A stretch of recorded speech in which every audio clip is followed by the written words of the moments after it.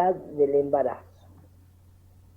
Pero antes de empezar con la clase, vamos a recordar la anatomía del útero.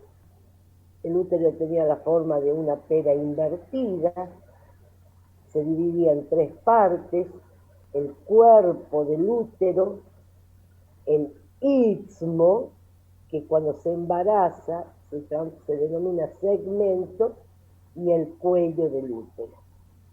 A su vez tenía una cavidad central, endometrio decidua o caduca, y un músculo que es el miometrio.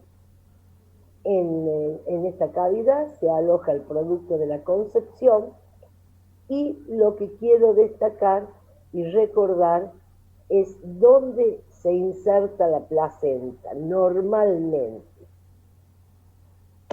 En el fondo del útero. En el fondo del útero. Cuando hablamos del fondo del útero, hablamos del fondo de la cavidad endometrial, ¿verdad? Esa es la ubicación normal de la placenta.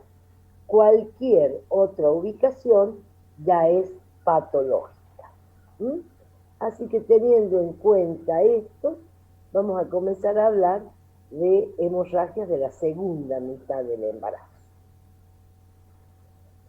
Es una complicación que, dependiendo de la severidad del cuadro y de la edad gestacional, incrementa el riesgo de morbimortalidad materna y fetal. Es una de las mayores emergencias en el campo de la obstetricia. Y como toda patología tiene su clasificación. Así es que las hemorragias de la segunda mitad del embarazo se clasifican en placenta previa,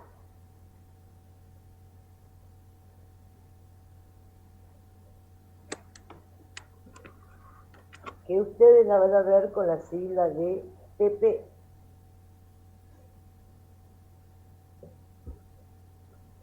Desprendimiento prematuro de placenta normo inserta. Desprendimiento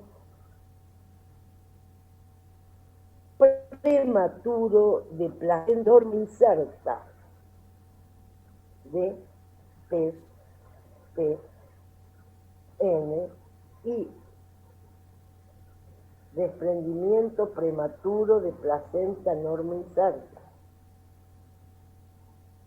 Rotura de la basa previa.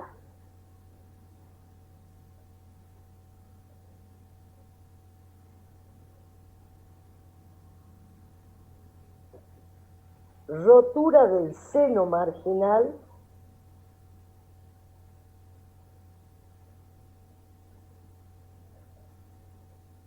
Y rotura uterina. Entonces, la clasificación de las hemorragias de la segunda mitad del embarazo: placenta previa, desprendimiento prematuro de placenta normo inserta, rotura de la basa previa, rotura del seno marginal y rotura uterina. Vamos a empezar a hablar de la primera, que sería placenta previa. Y vamos a definir lo que es la placenta previa. La placenta previa es la implantación y desarrollo de la placenta en el segmento inferior del útero.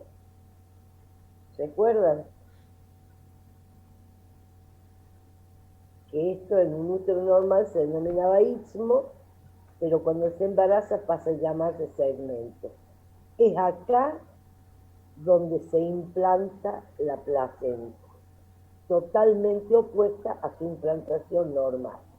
Entonces la placenta previa es el desarrollo, es la implantación y desarrollo de la placenta en el segmento inferior del útero. Ustedes pueden ver que por debajo del segmento se encuentra el cuello uterino, Y este cuello habíamos dicho que tenía un canal cervical, un orificio cervical interno y un orificio cervical externo.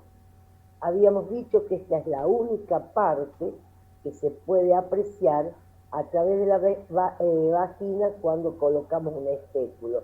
El resto es intracavital. Teniendo en cuenta esta anatomía y dependiendo de la relación que tenga la placenta con el orificio cervical interno, se subdivide en placenta previa oclusiva total. La van a ver como placenta previa oclusiva total, en donde el OSI, o orificio cervical interno, está totalmente cubierto por la placenta. ¿Sí? En un corte, acá estaría el OSI, y la placenta lo cubre totalmente.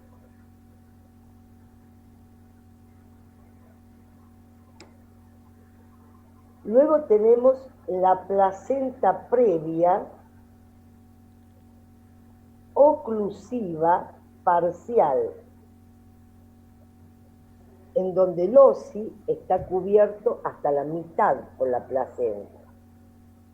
¿Sí?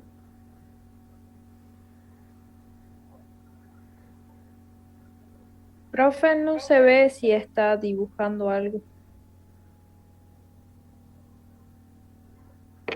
¿Ahí lo ven? Sí, A ver, profe. bien.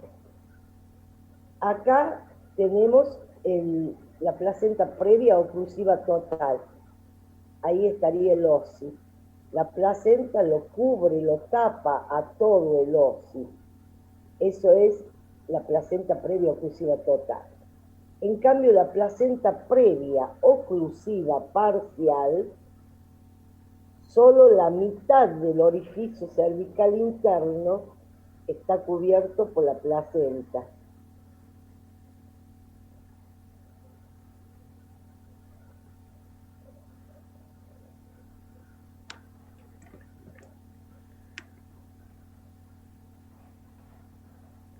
Luego tenemos la placenta previa marginal. En la placenta previa marginal, el borde de la placenta está próximo al OSI, pero no alcanza a cubrirlo, apenas lo toca.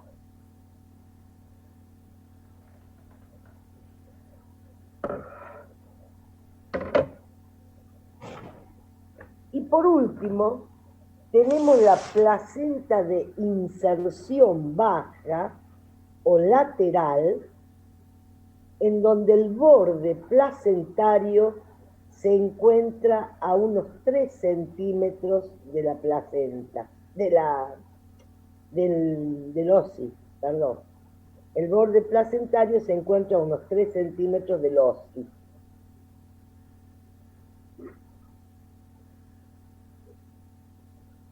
Entonces, si vemos en este dibujo, recuerden que la placenta se inserta y evoluciona en el segmento inferior. Ahí podrán ver acá el orificio cervical interno. Entonces, en la placenta previa oclusiva total, la placenta lo cubre al OSI. Está bien sobre el segmento. A partir de ahí es como que se va lateralizando la placenta. Por eso tenemos la placenta previa oclusiva parcial, en donde la mitad del OSI solo está cubierto. Luego tenemos la placenta previa marginal, en donde la placenta llega al orificio, pero no lo cubre, se va lateralizando, se va subiendo por la pared del útero. Y por último tenemos la placenta previa, la placenta de inserción baja o lateral, en donde el borde placentario ya está a 3 centímetros del óseo, o sea, se lateraliza esta placenta.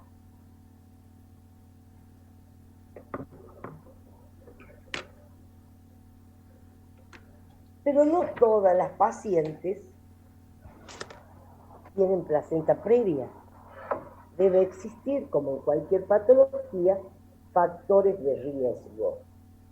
¿Y cuáles son los factores de riesgo para que una paciente presente placenta previa? Todo lo que altera el endometrio o el miometrio, lastimándolo, como por ejemplo antecedentes de cesárea, ¿sí?, donde quedan las cicatrices, legrados a repetición o cirugías como extirpación de miomas en el útero, cualquier cirugía que deje cicatriz, edad materna avanzada o multiparidad son factores de riesgo para presentar una placenta previa. Ahora bien, y esto tengan siempre en cuenta y seguro que es pregunta de examen si están desarrollando este tema. La asociación de placenta previa y cicatriz de cesárea van de la mano o aumenta el riesgo de que la paciente haga un acretismo placentario.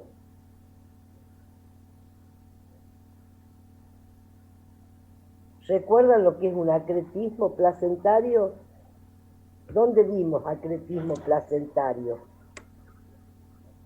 Cuando vimos placenta, era una alteración en el cual pasaba parte de la placenta a través del endometrio defectuoso y podía presentar una placenta ácreta, pérqueta, increta. En realidad, el sincicio trofoblasto, ¿sí?, atraviesa, como dijiste, un endometrio defectuoso y se pone en contacto con El el... miometrio. Exactamente. Y es terrible porque la única forma de terminar el embarazo es a través de la histerectomía, ¿sí? Entonces, la asociación de placenta previa y cicatriz de cesárea aumenta el riesgo de producir un acretismo placentario. ¿Y cuál es la clínica de la placenta previa?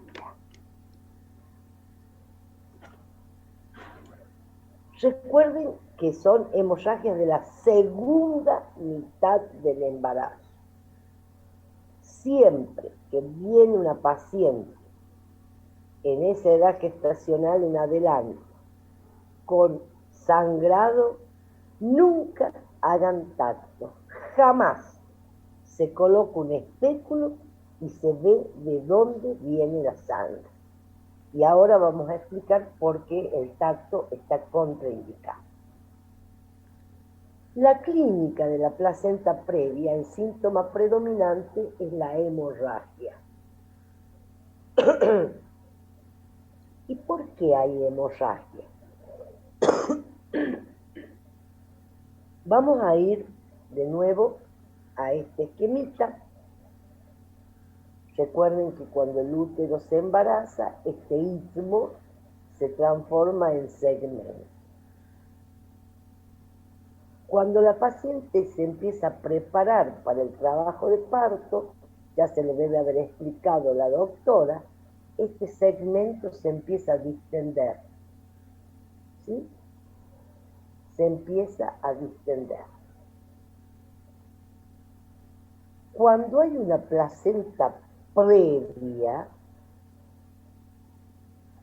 esta placenta no puede, digamos, acompañar a esta distensión del segmento. Entonces, cuando el segmento comienza a distenderse, tironea a la placenta que está fija y se desprenden cotiledones. Y esos cotiledones se filtran por el orificio cervical interno y se manifiestan como una hemorragia. Entonces, la causa de la hemorragia se relaciona con la formación del segmento inferior, que no puede ser acompañado de esta extensión por la placenta y provoca este desprendimiento de cotiledones que se filtran por el orificio cervical interno. ¿Lo entendieron cómo es el mecanismo? Sí, profe. Bien. Por eso, esta hemorragia es habitualmente indolora, porque no hay contracciones, sino es la normal fisiología de la formación del segmento. Entonces, una hemorragia indolora, roja, rutilante, de comienzo insidioso, de magnitud variable y repetitiva, porque el segmento no se forma de golpe. ¿Sí? Entonces, ahí tenemos la primera característica. Segunda mitad gestacional. La sangre roja, rutilante, eso es fundamental, sangre roja, proceso agudo, habitualmente indolora, de comienzo insidioso, de magnitud variable y repetitiva. Como no hay contracciones, si ustedes hacen las maniobras del Leopold o hacen sobre el abdomen, se puede tactar el feto con las maniobras de Leopold porque no hay contracciones. Eso es característico, se puede palpar el feto. Partes fetales me refiero, ¿no? Por eso, siempre ante una hemorragia se coloca espécula y vemos que la sangre viene de cavidad y con todas las características antes dichas. El tacto vaginal está contraindicado porque generalmente es un cuello que está abierto y esa irritación al tacto puede aumentar el desprendimiento de cotiledones y producir una hemorragia masiva. Solo se realiza un tacto en el caso de siempre, no el tacto convencional en donde uno a través de la vagina va a buscar el cuello del útero para ver si hay dilatación. Nunca se hace eso. Se hace un tacto a través del fondo de saco posterior de la vagina, en donde vamos a encontrar en ese fondo de saco que está ocupado por una tumoración esponjosa, tiene el mismo tacto de una esponja. Pero generalmente nosotros tenemos la ecografía y con eso solucionamos todos los problemas, así que tacto no se hace. Y esta ecografía, ante la sospecha de una placenta previa, puede ser la convencional o la transvaginal. La convencional te va a hacer diagnóstico de placenta previa, pero no te va a decir el tipo de placenta, es decir, si es total, si es parcial, si es marginal, no te va a decir. Si la ecografía transvaginal te va a diagnosticar el tipo de placenta previa con la que te enfrentas, ¿sí?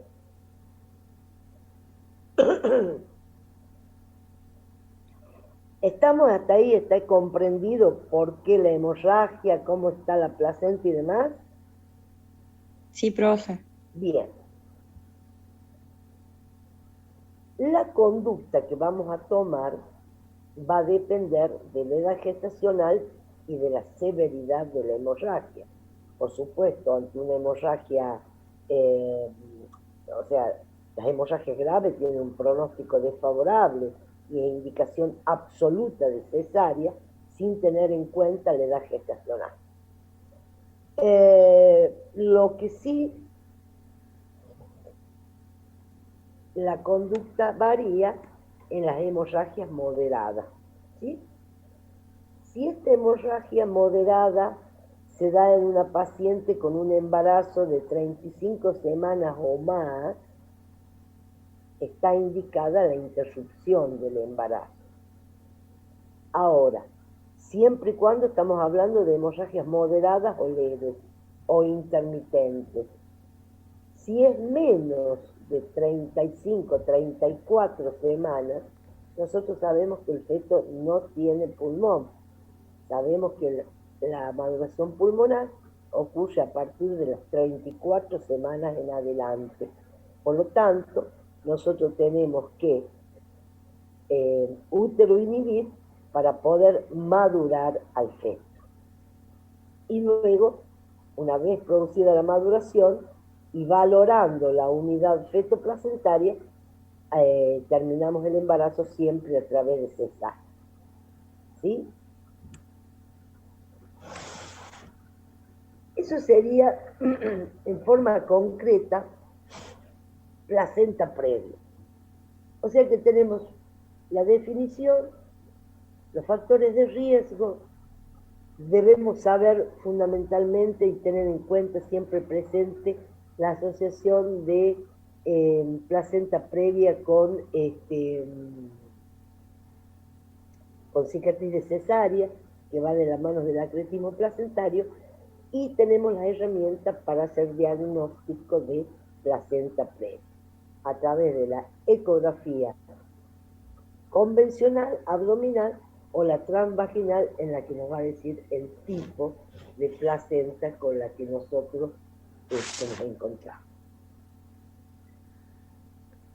Pero hay una segunda entidad que es el desprendimiento prematuro de placenta normoinserta, que son los grandes diagnósticos diferenciales que se hacen en esta patología. En la patología de las hemorragias de la segunda mitad. Es esto, desprendimiento prematuro de placenta como inserta. Es decir, que acá la placenta se encuentra en el fondo del útero. ¿Y cómo vamos a definir esta entidad clínica? Es la separación accidental de la placenta de su sitio normal de implantación después de las 20 semanas y antes del inicio del trabajo de parto. Vuelvo a repetir, es la separación accidental de la placenta de su sitio normal de implantación, y esto es importante, después de las 20 semanas y antes del inicio del trabajo de parto.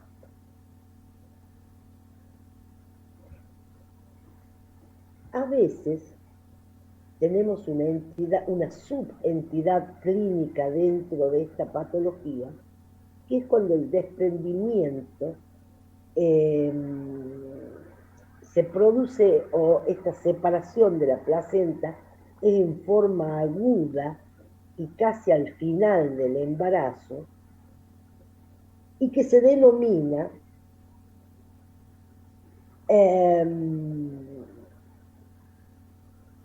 abruptio placentae. Abruptio placentae. Generalmente se debe a procesos hipertensivos graves que desprenden en forma aguda la placenta, pero que ocurre al final del embarazo. Generalmente, como les decía, por estados hipertensivos graves. Pero, como dice la definición, esta separación accidental puede hacerse después de las 20 semanas. Por supuesto que en el último caso, en el caso del abrupto placental, en un cuadro realmente muy severo, en donde la paciente entra en shock hipovolémico. ¿Cuáles son los factores de riesgo que llevan a esta patología? La hipertensión, la descompresión brusca del útero, como en el caso de un polidramio, que se rompa la bolsa en forma intempestiva, o en el embarazo doble. También el consumo de cocaína produce este síndrome, es muy característico. Y como les decía anteriormente, el síndrome hipertensivo del embarazo. El tabaquismo, las trombofilias. Todo esto plantea la posibilidad de un mecanismo isquémico a nivel decidual. ¿Qué quiero decir con esto? ¿Recuerdan cuando hablábamos del alumbramiento Baudelaire-Schultz? ¿Qué era el alumbramiento Baudelaire-Schultz? Era cuando se desprendía la placenta y se formaba el hematoma con un posterior sangrado una vez que salía la placenta, que era en Bien, el 80% de los casos que se da cuando la placenta está inserta. perfecto. Acá se produce algo parecido a este desprendimiento normal de la placenta, porque acá, por eso hablo de un mecanismo isquémico a nivel decidual, la placenta está ubicada en el fondo por procesos de isquemia, como son los estados hipertensivos, el consumo de cocaína, la trombofilia y demás. Esto produce una vasoconstricción de los vasos que unen la placenta al fondo uterino, pero esta es una vasoconstricción aguda que hace, que produce una dislaceración de los vasos y la formación de un hematoma retroplacentario. Pero todo esto en forma muy aguda. Estos vasos que se rompen, por un lado forman un hematoma retroplacentario y por otro lado la sangre se mete en el músculo uterino. Cuando esta sangre se mete en el músculo uterino, produce una gran irritabilidad del músculo que lo lleva a producir contracciones intensas y continuas. Por eso, en esta patología hay un aumento de la contractilidad con hipertonía, policistolia y hasta tétano uterino, que va a depender de la cantidad de vasos que se rompan y la cantidad de la sangre que entre al músculo uterino. Pero todo este proceso se hace en forma aguda. A ver, un ejemplo, una paciente hace una crisis hipertensiva,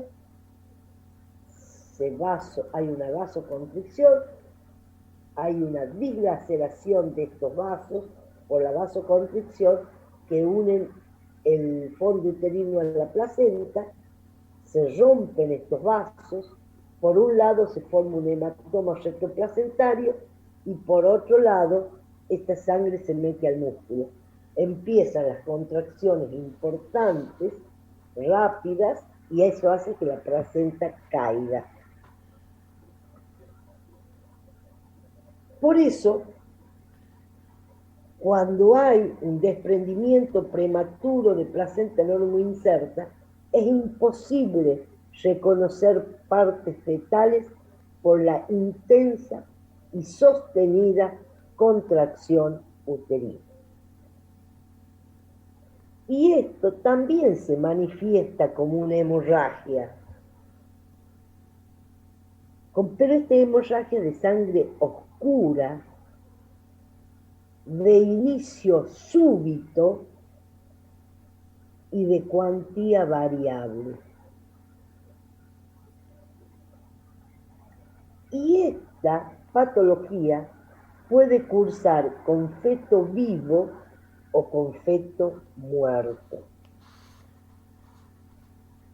Si la paciente ingresa con feto muerto, significa que más del 50% de la placenta está desprendida.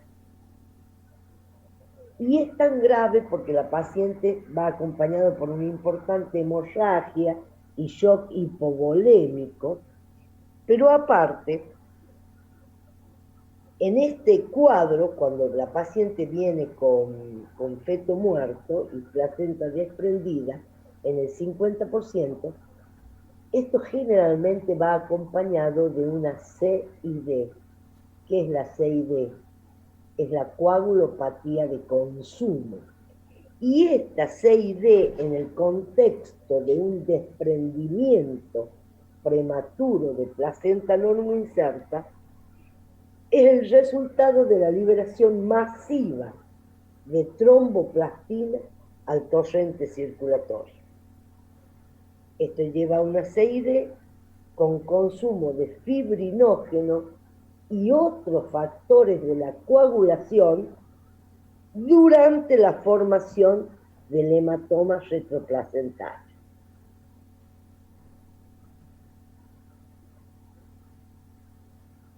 ¿Está claro? ¿O lo vuelvo a repetir? ¿O lo vuelvo a explicar? ¿Podría volverlo a repetir, por favor? Bueno, ya hemos visto la fisiopatología de cómo se produce el desprendimiento de la placenta. Si esta placenta se desprende, todo esto en forma aguda, rápido, si esta placenta se desprende en más de un 50%, la paciente no tan solo ingresa chocada, sino que ingresa con feto muerto. Y aparte de eso, lo grave de esta patología es que va acompañada por un proceso de CID. Imagínense, la paciente entra chocada, choque hipovolémico, con hipertonía uterina y aparte un proceso de coagulopatía de consumo. Y esta coagulopatía de consumo, en el contexto de un desprendimiento de placenta normoinserta, es el resultado de la liberación masiva de tromboplastina al torrente circulatorio. Hay un consumo de fibrinógeno y de otros factores de la coagulación que producen esta CID, pero en el momento en que se está produciendo el hematoma retroplacentario. Por eso debutan juntos cuando este desprendimiento se ha logrado en más del 50% de la placenta. Ahora, cuando la paciente ingresa con feto vivo, ya o sea, el pronóstico es mucho mejor, porque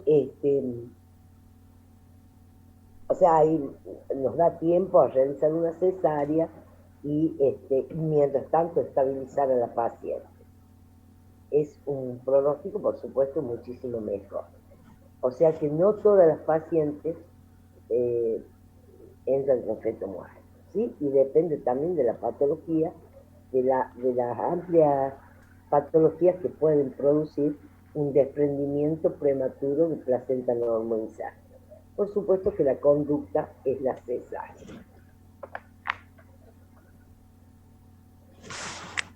¿Qué me interesa de todo este capítulo?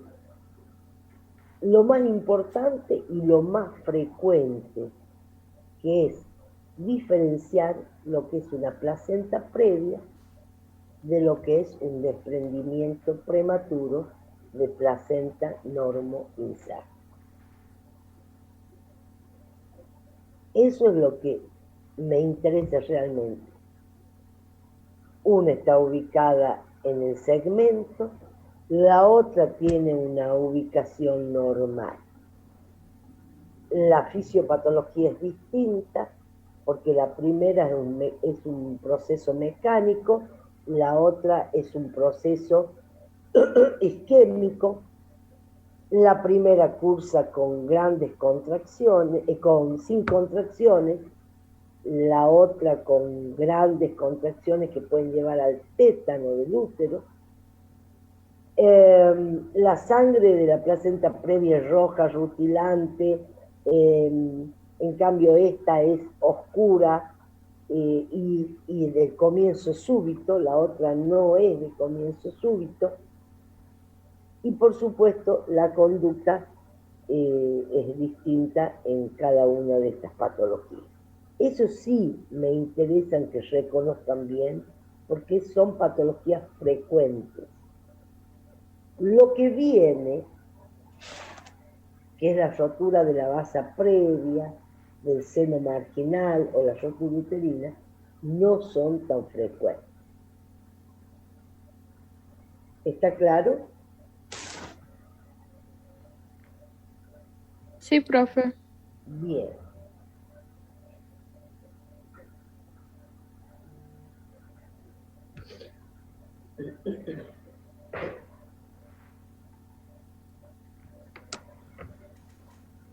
Vamos a ver lo que sigue, que es rotura de la basa previa.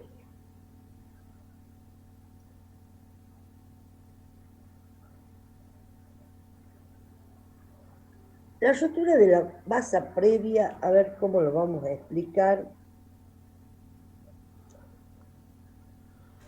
El cordón normalmente se inserta en el centro de la placenta, ¿sí? ¿Estamos hasta ahí? Esta basa previa se denomina también inserción velamentosa del cordón. La inserción del cordón se produce en las membranas a distancia del borde placentario. Y los vasos recorren el espacio que va desde la inserción a la placenta entre el amnio y el corion. O sea que estos vasos van protegidos, no están libres, no está suelto el cordón. Cuando este trayecto no lo hace sobre la placenta, sino por debajo del orificio cervical interno, este cordón se muestra desnudo. Y este cordón, al estar inmediatamente sobre el orificio cervical interno, está a su vez adelante de la presentación. O sea, está la cabeza del feto, el cordón sobre la presentación y luego el orificio cervical interno. A su vez, este cordón está desnudo y está frágil y se puede romper. Cuando se rompe este cordón desnudo en pleno trabajo de parto o las contracciones, se produce esta patología de basa previa que lleva a la muerte del feto en forma inmediata. Se da 1 cada 3.000 partos. Y se lo explico rápidamente, o sea, concretamente lo que nosotros vemos. La paciente está en trabajo de parto, hacemos el control fetal, latidos perfectos, llega a sala de parto, ya en dilatación completa y comenzando el periodo expulsivo, vemos que sale sangre y cuando controlamos los latidos ya no están. No es una patología previsible que puede decir, sí, se trata de una vasa previa. Generalmente nos damos cuenta en pleno trabajo de parto y cuando analizamos esa sangre que salió antes del desprendimiento del feto, tiene hemoglobina fetal. Esa es la vasa previa. Cuando no hay una buena inserción del cordón y los vasos recorren en forma desnuda por delante de la presentación y sobre el orificio cervical interno, que al dilatarse y ayudado por las contracciones, rompen ese cordón y se produce la salida de sangre, que lo diagnosticamos a través del laboratorio porque vemos hemoglobina fetal.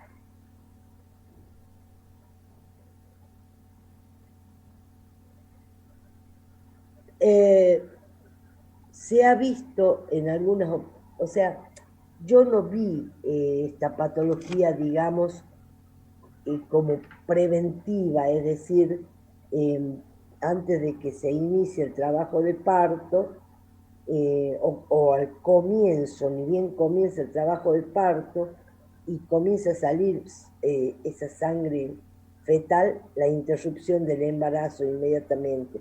Yo no he visto que dé resultado. Las pocas veces que lo vi con feto muerto.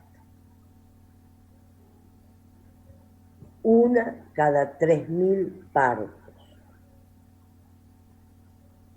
Esa sería la base previa, inserción velamentosa del cordón desnudo sobre el orificio cervical interno y la presentación del feto por atrás.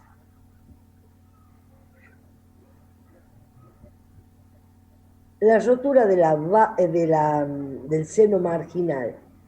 La rotura del seno marginal no tiene nada de gravedad, pero nos asusta porque al principio tiene esta misma clínica que empieza a sangrar la paciente sin motivo aparente. Pero, a diferencia de esto, son hemorragias que, digamos que ceden por sí mismas. ¿Qué es el seno marginal?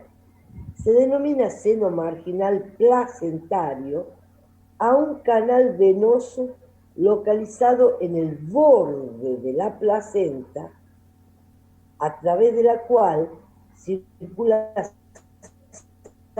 sangre venosa materna que reingresa hacia los senos venosos uterinos. Está justo en el borde de la placenta. Hay una hemorragia genital de característica venosa, indolora, generalmente única, sin hipertonía ni descompensación materna, y tampoco presenta sufrimiento fetal. O sea, no se conoce la causa por la que se rompe este seno marginal, pero que no pasa de un sangrado mínimo. Lo que pasa es que nos hace temer que fuese una vasa previa, pero no trae ninguna complicación. Nosotros cuando vemos el sangrado, controlamos latidos fetales, están bien, controlamos tono uterino, está bien, y la madre se encuentra en muy buen estado general.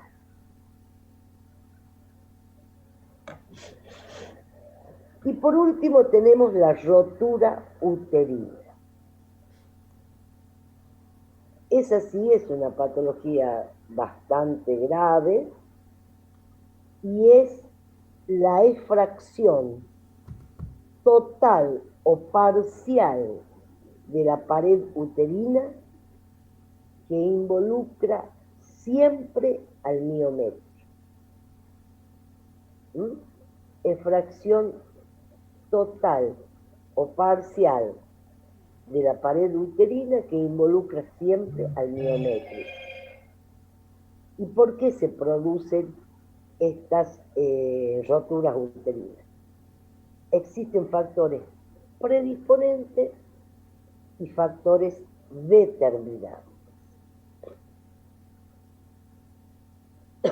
Dentro de los factores predisponentes, siempre se debe a lesiones en la pared.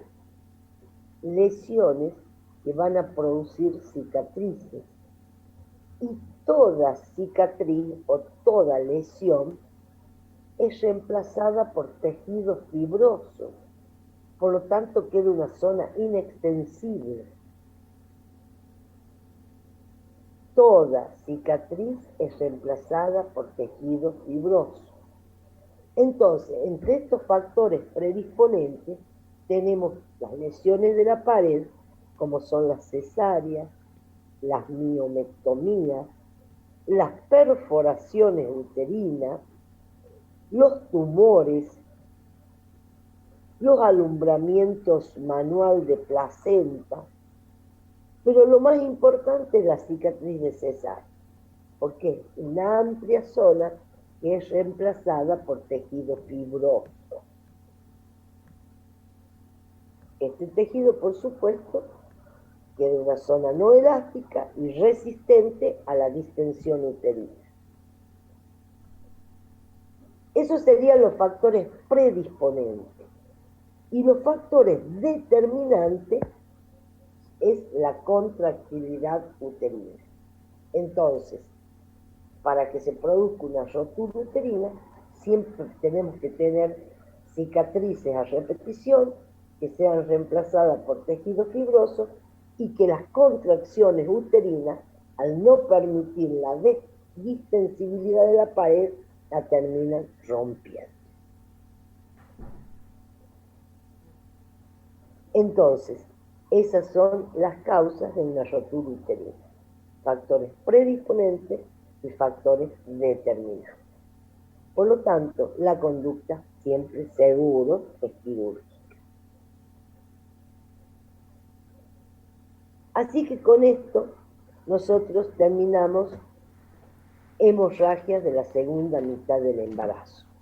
Pero les vuelvo a repetir, de esta para entidades clínicas que me interesan, que sepan diferenciarlas bien, tanto en definición, en mecanismo fisiopatológico, clínica y tratamiento, son placenta previa y desprendimiento prematuro de placenta normoinicial.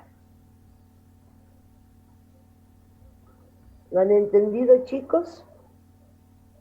Sí, profe. Bueno. Profe, Sí, tengo una duda sobre la ruptura de la vasa previa. sí. ¿Cuáles serían los factores predisponentes para que pase esto? No hay factores predisponentes, vos sabés, no es muy conocida, solo es una mala formación, digamos, una alteración en la estructura total del cordón. Son vasos desnudos, pero no existen factores predisponentes. Por eso se da uno cada 3.000 partos y generalmente te das cuenta cuando estás ya en pleno trabajo de parto. Por eso no les hablé de factores predisponentes. Bien, muchas gracias. Bueno, chicos, el martes vamos a ver estados hipertensivos en el embarazo, que es un muy lindo tema. El miércoles vamos a ver diabetes y embarazo y embarazo prolongado y embarazo gemelar. Y el jueves vamos a ver el último tema, que es control prenatal. Les vuelvo a repetir, se los dejo al último porque una vez que yo les explique control prenatal, va a ser mucho más fácil para ustedes desarrollarlo, porque ya van a tener presentes todas las patologías más frecuentes que hay en obstetricia. Así que tengan un buen fin de semana y nos vemos el martes